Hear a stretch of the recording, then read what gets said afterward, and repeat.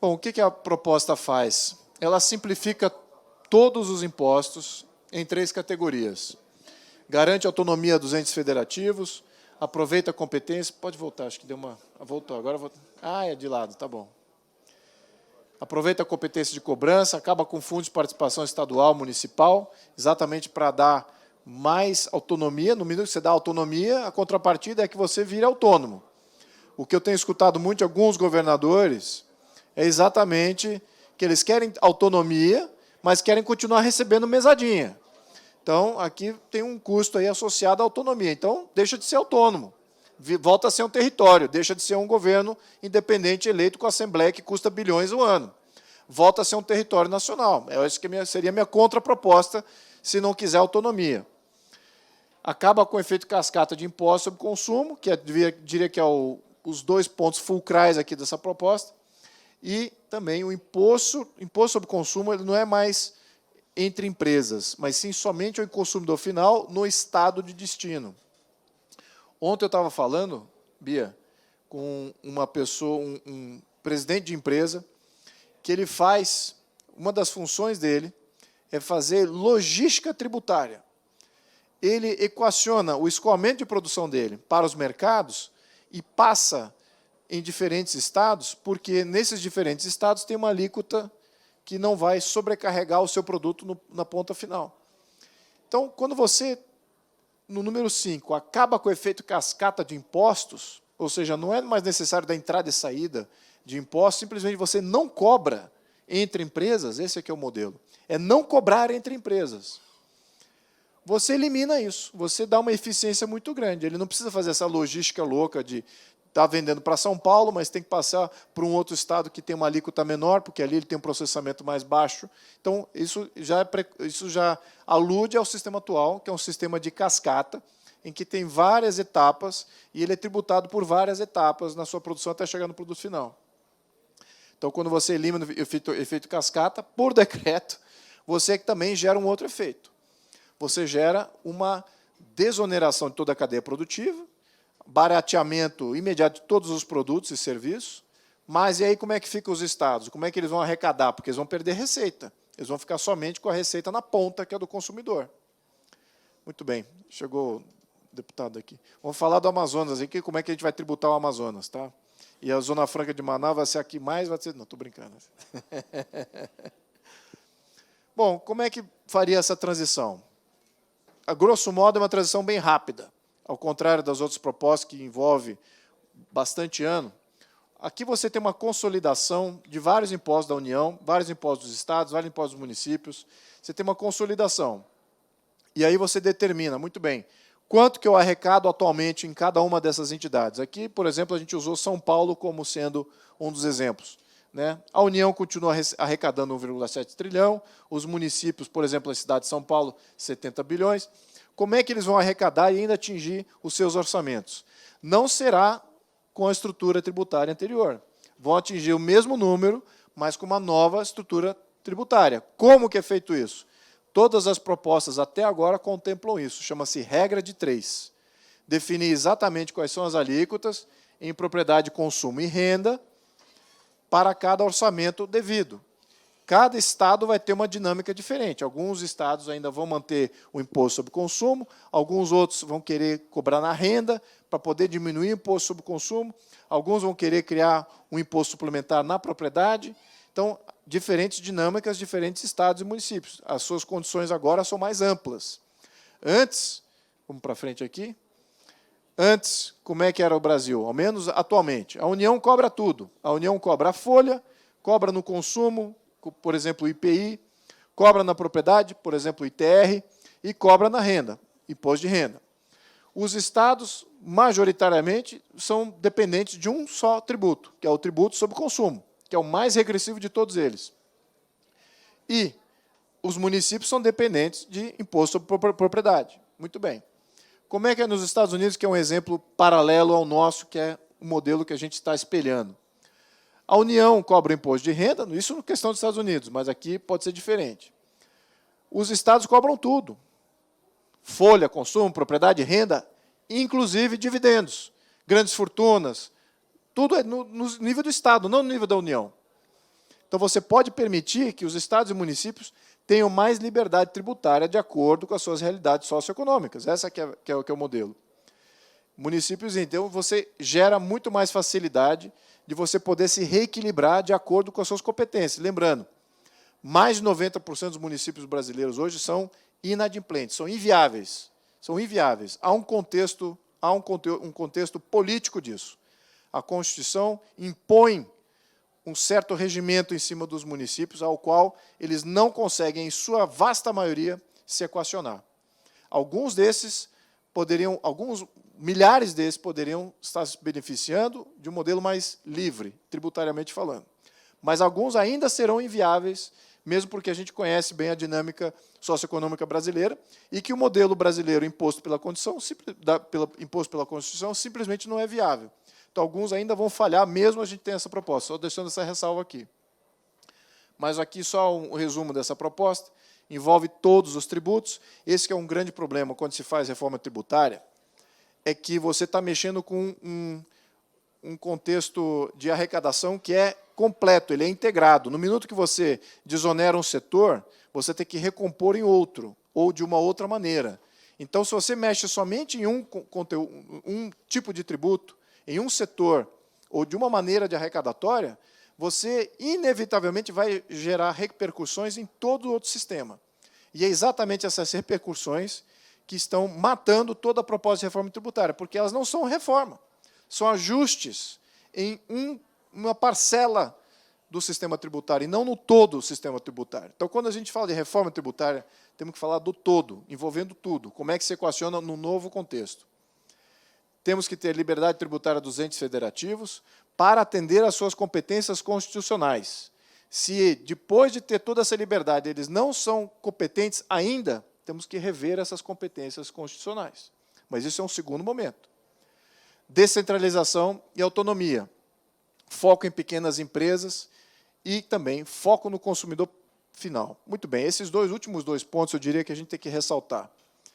Até hoje, as propostas têm visado a arrecadação, aumentar a arrecadação, suplantar as necessidades do Estado. Nada até agora tem sido proposto para melhorar as condições de vida do consumidor final, melhorar o poder aquisitivo do consumidor final, melhorar as opções tributárias que o consumidor final tenha, assim como o trabalhador. Não há nada na mesa com relação a isso. Muito menos ainda com relação às pequenas e médias empresas. São as grandes empregadoras do Brasil. As que geram a maior parte dos empregos, as oportunidades do Brasil, são as pequenas e médias empresas, não os grandes oligarcas que vêm aqui pedir subsídio, proteção ou exceção.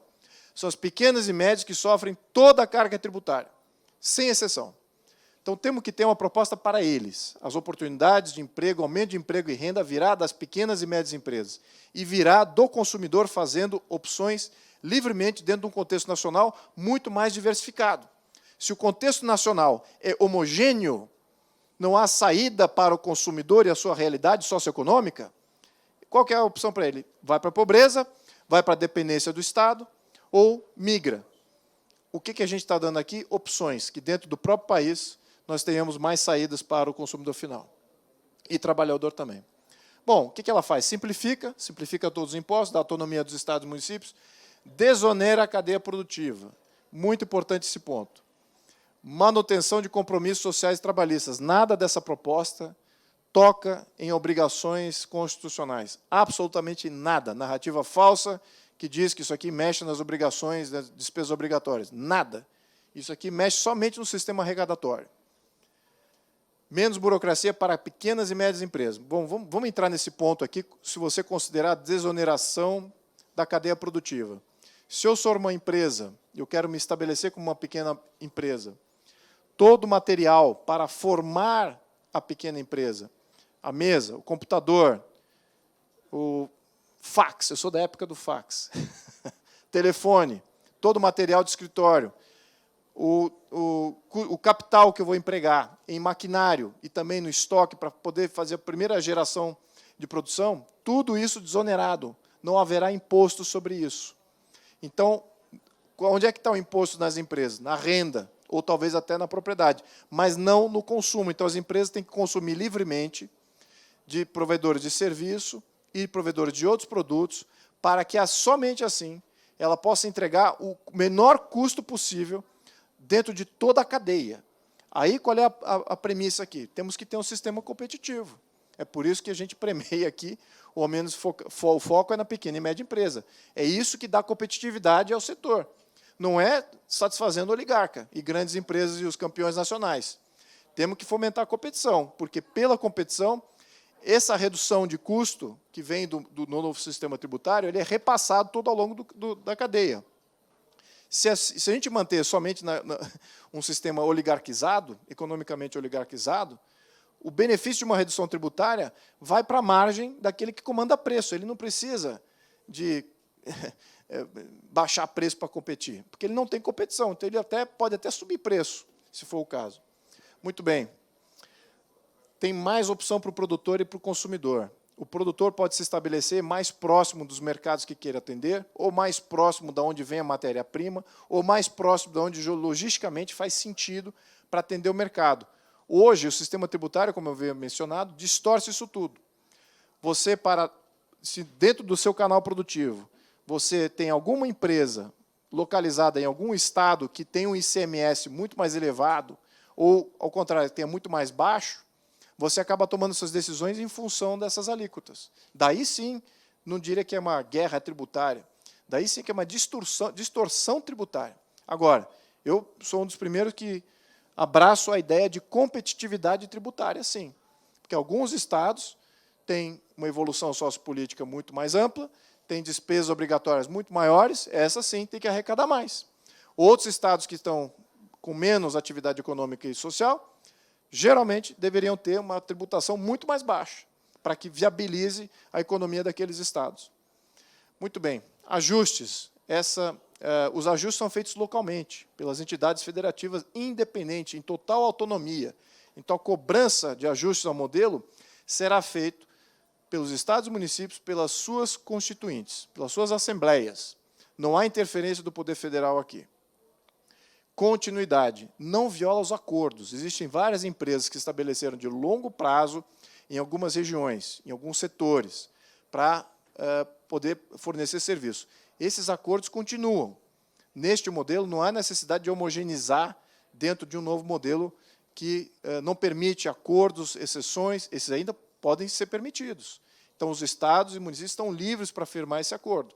Aliás, tinha até um deputado do Rio de Janeiro, que voltou para o Rio de Janeiro, até a história dele, de como ele revolucionou o município dele, que estava com faturamento, na época, de 4 milhões, e conseguiu aumentar para 40 milhões o faturamento do município, trabalhando exatamente isso, o imposto como um propulsor de atividade econômica. Ele fez toda uma série de exceções, à medida que as empresas e a sociedade assumiam o compromisso de fazer ações que ele tinha custo. Coleta de lixo, reciclagem, de empregar pessoas que pagam IPTU na cidade. Isso deu uma revolução municipal, porque ele conseguiu agir, mesmo dentro do contexto atual tributário, ele conseguiu, em sua liberdade, fazer esses acordos. Então, os acordos continuam, a continuidade disso. Só queria aqui dar só um comparativo das propostas. Bom, aqui praticamente eu, como autor, eu falo que a minha proposta é a melhor proposta, né? Então, toda aqui a proposta de alinhamento tributário, a PEC 7, tudo verdinho. Transparência, desoneração da cadeia produtiva, autonomia dos estados, simplicidade. Qual é o sistema mais simples? É aquele que você não precisa se preocupar com ele. Quando você não tem cobrança entre empresas, você não onera o pequeno empresário a fazer DARF, a fazer coleta, repassar, dizer ao Estado que pagou seus impostos. Eu já fui multado na minha pequena empresa há 10 anos atrás, eu fui multado pelo Estado de São Paulo, e eu já havia pago os impostos. O Estado de São Paulo não percebeu que eu tinha pago, me multou, eu paguei a multa, e ainda tive que pagar de novo, paguei 3 vezes o imposto durante um mês. Paguei o imposto, paguei a multa, e ainda tive que pagar de novo para dizer que eu estava pagando. E eu estou recorrendo até agora com um advogado dizendo, é melhor você pegar um crédito. Eu falei, crédito do quê? Um precatório? Vai virar um precatório ali a minha disputa. Mas, enfim, a melhor simplicidade é aquela que você não entrega nada para o governo. Não espere nada dessa troca. Não há eficiência nesse sistema. Depender disso é um grande erro. Muito bem, então a simplicidade ela tem que existir. E a melhor delas é não tendo um sistema tributário entre empresas. Tempo de transição, muito rápido. Aonde que eu vejo alguns entraves? Algumas cidades, municípios, não acho que os estados tenham esse tanto problema assim, mas cidades e municípios, talvez sim, tem um período de transição para estabelecer autonomia. Mas agora vou só lembrar aqui, de 1,7 trilhão de real, o fundo de repasse aos municípios é de 100 bi. Então, relativamente falando, não é uma soma completamente estratosférica, que consome um percentual absurdo dos tributos da União. Então, algo maleável. Desburocratização completa. Eu vejo as outras propostas aqui como ainda tendo alguma coisinha, a burocracia interna nas empresas, para você manter o sistema IVA ou o modelo atual, ela é muito grande. Você precisa de um contador dedicado, você precisa de sistemas dedicados, você não pode errar, senão, como eu, sofre multa, e depois você nunca vai ver esse dinheiro de volta, caso você tenha razão na sua disputa. Poder de consumo. Por que a nossa, eu diria que é melhor? Porque você dá opções ao consumidor. Quando você homogeneiza todo o sistema nacional de tributo, você cria o oposto. Você não cria opções para o consumidor escolher as melhores praças onde ele pode consumir o seu produto. E também o produtor e o trabalhador, tem impactos aí também. Tem opções de arrecadação, aqui você tem várias. Né? Na questão dos outros, não, você homogeneiza e cria um politburo central que vai definir como é que vai ser esse repasse. Como se aqui o centro tivesse toda a consciência política, social e econômica do Brasil inteiro. Simplesmente isso é impossível. E o custo operacional. Muito bem, isso baixa o custo operacional. Tem alguns exemplos aqui, que a gente cita aqui, como os Estados Unidos, como é que funciona lá, uma diversificação muito grande em... aqui estamos falando de imposto de renda estadual. Alguns estados cobram, outros estados não cobram. Os que cobram acabam equacionando em outras coisas, acabam baixando seu imposto de consumo, que é o mais regressivo de todos. Aqui estamos falando de imposto de venda, ou seja, um imposto na ponta, né, o imposto sobre consumo na ponta, como é variável no mercado norte-americano, vai do máximo de 9,46% a zero. Né? Tem estados que não cobram nada de imposto de consumo, não dependem de imposto de consumo para sobreviver. Outros estados, por exemplo, têm imposto sobre os estados cobram imposto sobre propriedade. Então, isso varia também. Tem alguns que é zero, outros que não, outros que cobram alguma coisa, para exatamente suplantar as suas contas públicas e os seus serviços públicos. Outro imposto que também é estadual, dividendos. Dividendos não é estabelecido aqui na União, é estabelecido por Estado. Alguns estados têm nada ou muito baixo.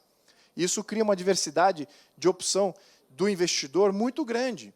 Imagina que você é um aposentado, comprou uma empresa, comprou ações para se aposentar, comprou ações da Taesa, acho que é o nome da empresa, ou uma empresa hidrelétrica, ou que fornece, que é de, como é que fala? Bens de, não sei, a categoria em português está me falhando o português aqui. Mas vamos dizer que é uma empresa estável, madura, que não precisa de caixa para se desenvolver. O que ela faz? Ela distribui dividendos. Quem é que compra esse tipo de ação? Aposentados. Então, tem muito aposentado que depende de dividendo. Você vai fazer imposto sobre dividendos, você vai estar tributando os aposentados. Muito bem. Alguns estados definem assim, não, eu não quero tributar os aposentados, muito pelo contrário. Eu dependo deles. Eu gosto de receber aposentados aqui no meu estado. É o caso da Flórida, tem um dos impostos sobre dividendo mais baixo. E, claro, outros estados não. Outros estados tributam em muito o dividendo, porque ali tem uma atividade econômica, ganhos de capital, uma série de coisas, resolve tributar o dividendo. Mas fica a critério dos estados, não a critério da União. Aqui, ó, aqui tá o dividendo. Aqui era só a distribuição por estado de como é que os impostos ficam. Aqui era por dividendo. Né? Que estados pagam zero, South Dakota, Texas, zero. Enfim, aqui é dividendo por estado. Enfim, essa é a proposta. É uma proposta que visa simplificar, é uma proposta que visa atender o consumidor final, o pequeno e médio produtor, e desonerar a cadeia produtiva, tributar somente o consumo na ponta e dar liberdade tributária para todos os entes federativos se equacionarem nas suas competências de acordo com o que está definido na Constituição. Não mexe em nenhuma obrigação social e o que acontece? Vamos ter mais opções para o produtor, para o consumidor e também para o trabalhador. Essa que é a nossa proposta. E eu digo o seguinte, acho que até mencionei para a Bia, é uma proposta extremamente maleável. Podemos definir, das centenas de impostos que existem no Brasil, qual fica e qual sai. Mas tem alguns pontos centrais dela que não podem ser violados. Se a gente manter esses pontos centrais, nós teremos um grande país na decorrência dessa aceitação dessa proposta. Vamos ver o que a nossa grande articuladora consegue junto aos deputados e ao governo. Muito obrigado, senhores. Obrigado.